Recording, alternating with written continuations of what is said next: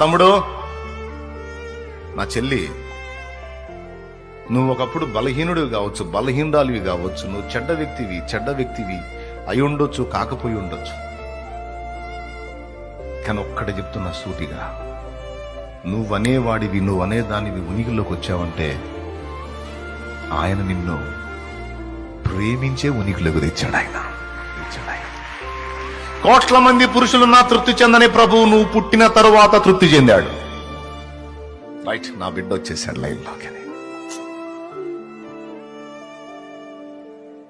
ఏం బిడ్డ? నీ బిడ్డ చెడిపోయిన బిడ్డ, అది చండాలుడు అని దూతలంటే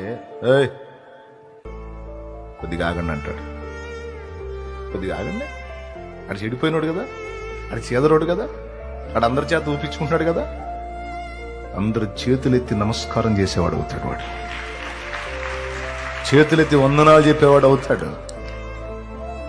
ఇలా ఉంది కదా, చేస్తాడు.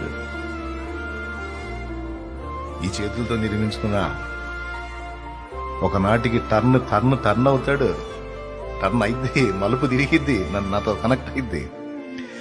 నేను తనను ప్రేమించి నిర్మించితనని గుర్తెరిగి నన్ను హత్తుకుంటాడు. ఆ దినాన నేను నా బిడ్డని ఎత్తుకుంటాను, ఎత్తి లోకానికి చూపుతాను.